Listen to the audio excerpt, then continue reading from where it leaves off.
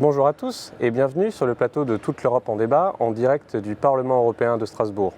Je vous propose aujourd'hui une émission un peu particulière orientée autour de l'élection présidentielle française. Quelles orientations concrètes donner au cours du prochain quinquennat et au niveau européen pour favoriser la croissance et l'emploi? Pour répondre à cette question, je reçois deux eurodéputés. Jean Arthuis, bonjour. Bonjour. Vous êtes ancien ministre de l'économie d'Alain Juppé de 1995 à 1997, ancien sénateur et maintenant député européen, et vous soutenez Emmanuel Macron. À vos côtés aujourd'hui, Guillaume Balas, bonjour. Bonjour. Vous êtes ancien conseiller régional, désormais député européen, et dans cette campagne, vous êtes coordinateur du projet de Benoît Hamon. Une simple précision avant de lancer les débats.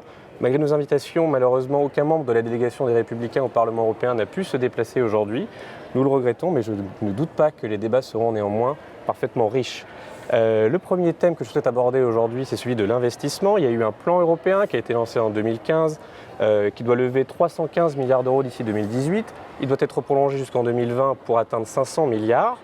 Guillaume Balas, Benoît Hamon propose même un plan européen de 1000 milliards d'euros pour la transition écologique et économique. Ma question est double. Est-ce que c'est réaliste et est-ce que cette montée en charge est tout simplement faisable ? Avant de répondre à cette question, un mot quand même sur le plan dit Juncker qui est très très mal fait et qui ne répond absolument pas aux objectifs, malheureusement, d'investissement dont nous avons tout en temps besoin. Pourquoi ?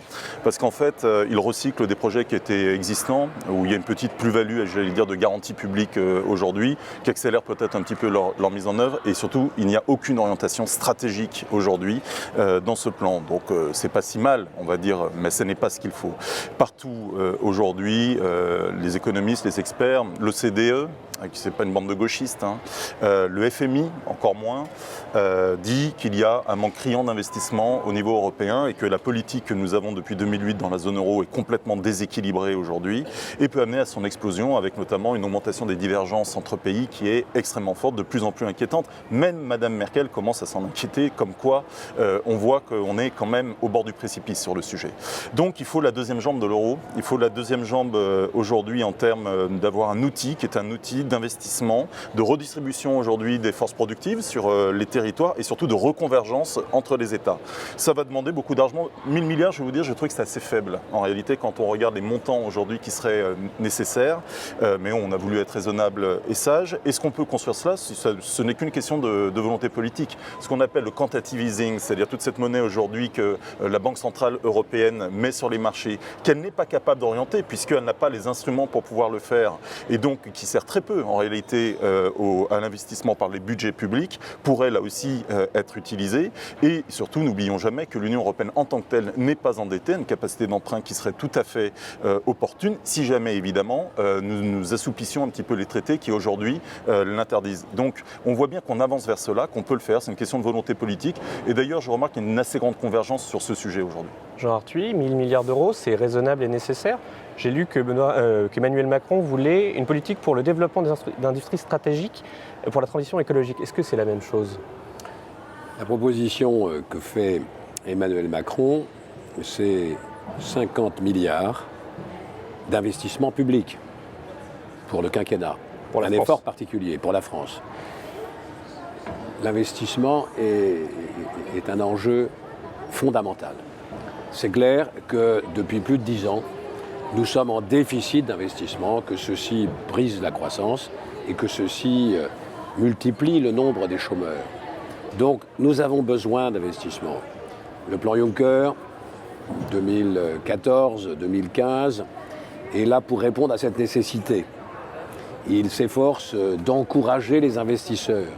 Mais à la vérité, ce qui est fondamental pour l'investissement, c'est que les investisseurs aient des motifs pour investir.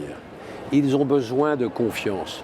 Le problème, c'est que nous avons une zone euro qui est au cœur de l'Union européenne, qui est en quelque sorte l'embryon de l'intégration politique, mais une intégration qui ne se fait pas, pour différentes raisons, du fait de la pusillanimité des chefs d'État et de gouvernement. Nous avons besoin de renforcer ce cœur de l'Union européenne qu'est la zone euro. S'il y a doute sur la pérennité de la monnaie, les investisseurs qui ont les liquidités sont là, considérables. Le problème, c'est de savoir qui va investir et qui va trouver des motifs pour investir. Sans confiance, on retient l'investissement. Et donc l'urgence, c'est de renforcer la gouvernance de la zone euro, de doter la zone euro d'un budget, de mettre en place un véritable gouvernement économique, financier et budgétaire, d'avoir une direction du Trésor de la zone euro et sans doute une chambre de la zone euro. Ceci pour conforter la confiance des investisseurs. La seconde préoccupation, et tous les plans Juncker ne pourront pas surmonter des hésitations aussi longtemps qu'il y aura doute sur les règles du jeu. Prenez les télécommunications où il pourrait y avoir des investisseurs, mais le marché est fragmenté. 28 autorités de régulation, 28 autorités de concurrence. Donc on ne sait pas ce que seront demain les règles. Il y a urgence à achever le marché intérieur. C'est au moins aussi important, sinon plus, que de négocier des traités de libre-échange avec des tiers États. Vous voulez réagir ? Bon, écoutez, là pour le coup, avec M. Arthuis notamment, on s'était retrouvés y compris sur la question de c'est quoi la priorité aujourd'hui. Est-ce que c'est de construire le marché intérieur, de construire aujourd'hui une puissance publique d'investissement et de construire des règles communes par rapport au libre-échange. On s'était retrouvés dans les mêmes votes, notamment ici, sur ces sujets-là. J'insiste quand même sur un point qui me paraît fondamental. Si nous devons aujourd'hui absolument faire de la zone euro, j'allais dire, le noyau de renaissance de l'esprit européen, ça passe par évidemment un outil d'investissement puissant, un gouvernement économique, appelons-le ainsi. Vous avez parlé de la Chambre, je crois que c'est crucial.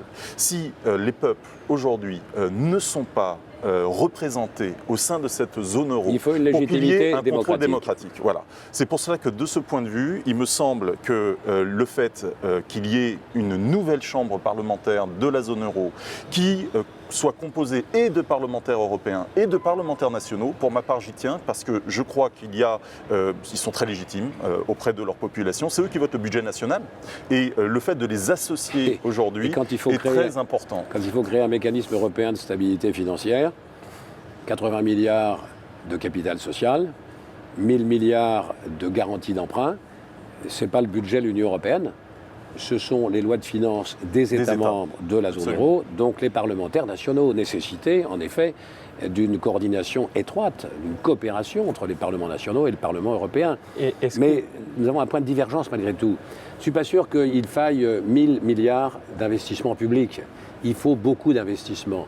Mais notre vision, c'est que les investisseurs privés interviennent massivement. Bien sûr, parce mais pour que ça, les conditions sont réunies. J'entends M. Arthuis, mais là-dessus, il y a un piège dans lequel il ne faut plus rentrer. Je ne voudrais pas être trop technique pour nos téléspectateurs. Mais voilà. Mais le problème, c'est ce qu'on appelle, si vous voulez, quand on dit, il y a un petit mensonge, parfois c'est pas le vôtre, qui est le suivant. C'est on dit, bon bah voilà, on va mettre un peu d'argent public, mais ne vous inquiétez pas, il va y avoir un effet de levier extraordinaire qui fait que l'argent privé va abonder. C'est ce qu'on fait quand on n'a pas d'argent public. Alors voilà. Et alors là, c'est de 1 à 10, de 1 à 15, on vote des trucs complètement délirants. En fait, il y a des facteurs multiplicateurs qui existent, évidemment, qui sont de 1 à 3, de 1 à 4, de 1 à 5, parfois. Ça, c'est la raison gardée. Donc, bien sûr qu'il ne peut pas y avoir que l'argent public aujourd'hui, mais s'il n'y a pas, j'allais dire, comme notamment Roosevelt a su le faire, ou comme il y a eu le plan Marshall, notamment à la fin de la Deuxième Guerre mondiale, c'est-à-dire un vrai effort d'investissement public, je pense qu'il n'y aura pas cet effet de levier suffisant pour attirer aujourd'hui l'investissement privé. Je crois qu'il faut surtout créer les conditions pour que les investisseurs privés interviennent en Europe en confiance. Oui, mais cette confiance, mais c'est la gouvernance de l'Union européenne qui est en cause. Vous voyez bien qu'il n'y a pas de pilotage, il n'y a pas de pilote dans le bateau. Nous sommes d'accord. Bon, l'urgence, c'est de rétablir une relation confiante entre l'Allemagne et la France. Je pense que le président de la République française doit être dans le leadership de l'Union européenne.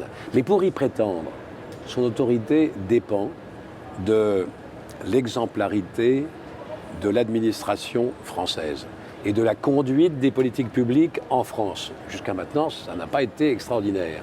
Et donc, moi, j'attends un président de la République qui soit à cet égard suffisamment exemplaire. J'ai peur que Benoît Hamon soit sur des schémas qui ne vont pas faciliter Je ne crois pas, vous savez, parce que la il relation est allé, étroite. Je crois que justement, la question, c'est que si vous pensez, j'essaie de traduire ce que vous venez de dire, si vous pensez qu'aujourd'hui, le respect de règles qui sont totalement absurdes du point de vue économique, notamment cette règle des 3% telle qu'elle a été instituée, suffira à rassurer nos partenaires allemands, je n'y crois pas. Je pense par contre qu'il faut leur parler. C'est ce qu'a fait Benoît Hamon en allant voir Mme Merkel, son opposant pour la chancellerie, M. Schulz, avec des projets pour commencer cette discussion. Et c'est très intéressant de voir quoi ? Que la discussion avec Mme Merkel a été passionnante. Elle n'a pas validé évidemment l'ensemble des propositions de M. Hamon, mais en revanche, ça crée aujourd'hui du débat, ça crée de l'addition. Et c'est de ça dont on manque. C'est là où j'ai un point d'accord avec vous. C'est que ce qui est très étonnant depuis 20 ans, c'est de voir à quel point la France a été absente du débat européen. Son incapacité aujourd'hui à proposer, non pas pour imposer comme je l'entends, c'est-à-dire l'idée de dire que la France dirigerait l'ensemble de l'Europe en imposant ses thèmes, mais à dire, voilà, mon projet politique, il est parfaitement négociable. Et non seulement la France n'a pas... Et ça, c'est un énorme problème. Et je pense que Benoît Hamon, de ce point de vue-là, a fait un effort pendant cette campagne qui, quel que soit le résultat, est à saluer. Les dirigeants français, de droite et de gauche, à la veille des élections, critiquaient l'Europe et prétendaient qu'ils allaient tout changer. Une fois élus, ils se rangeaient dans les options européennes. C'est Mitterrand en 81, il mène pendant 2 ans une politique extraordinaire de déficit. Il se tape 3 dévaluations et au bout de 2 ans, alors qu'il n'y a pas Bruxelles pour lui taper sur les doigts, voilà, je vais me mettre en conformité avec l'orientation européenne. Chirac, en 95, constat de fracture sociale. Et pendant quelques mois, on ne sait pas très bien si on va à la monnaie unique ou pas. Il y a une négociation un peu rude avec le chancelier Kohl, et on décide de passer à la monnaie unique. On fait un pacte de stabilité, c'est le projet d'Amsterdam, le traité d'Amsterdam. À ce moment-là, Jospin, qui mène la charge pour les législatives, dit si nous sommes élus et si nous sommes majoritaires, nous renégocierons. Ils sont élus, ils ne renégocient rien. 2005... Le TSCG. 2005. Après le 2005. Oui, 2005 en tout cas, on vote contre la Constitution et puis on fait le traité de Lisbonne. Vient la crise grecque. Et à ce moment-là, il faut de nouvelles dispositions, nouveaux traités, fiscal compact, coordination, gouvernance, stabilisation. Il y a un projet de traité. Hollande est candidat à la présidentielle. Si je suis élu, je renégocie. Il est élu, il ne renégocie rien. Moi, je veux un président de la République qui est à l'origine des traités quand il y en a, et qui les défend avec conviction. Mais justement, c'est ça qui est intéressant, c'est que pour la première fois, vous voyez que dans cette campagne, ce que fait Benoît Hamon, ça n'est pas de dire « moi, je vais aller renégocier les traités, etc. » C'est pas ça qu'il fait. Il fait des propositions. Un traité de l'énergie, un traité de la zone euro, un plan d'investissement. C'est-à-dire que la plus forte garantie pour la France d'avoir un rapport de force, comme on nous invite constamment à le faire, c'est d'abord d'être propositionnel. Ce qui est marquant, c'est que la France, en effet, ne dit plus rien sur l'Europe qu'elle souhaite depuis au moins une Je récupère la parole un instant, si vous le permettez, parce qu'il y a au moins un second thème qu'on n'a pas encore abordé et le temps file à toute vitesse et cela m'inquiète un peu, c'est celui de l'emploi, parce qu'on parle beaucoup d'investissement, de respect des traités et de propositions. Tout ça est lié, évidemment, et c'est pour ça que j'y viens. Je vous interroge dans une seconde et je cite quelques chiffres. Eurostat publie les chiffres du chômage cette semaine, 10% pour la France, 9,5% en moyenne pour la zone euro, 3,9% pour l'Allemagne. Et un autre, publié par la Cour des comptes européenne, qui s'insurge contre le fait que la garantie jeunesse, qui est censée garantir un stage, une formation ou un emploi à tous les jeunes de moins de 25 ans, ne suffit absolument pas et qu'il faudrait la tripler son budget, le faisant passer de 6,4 milliards à 21 milliards sur la même période 2014-2020.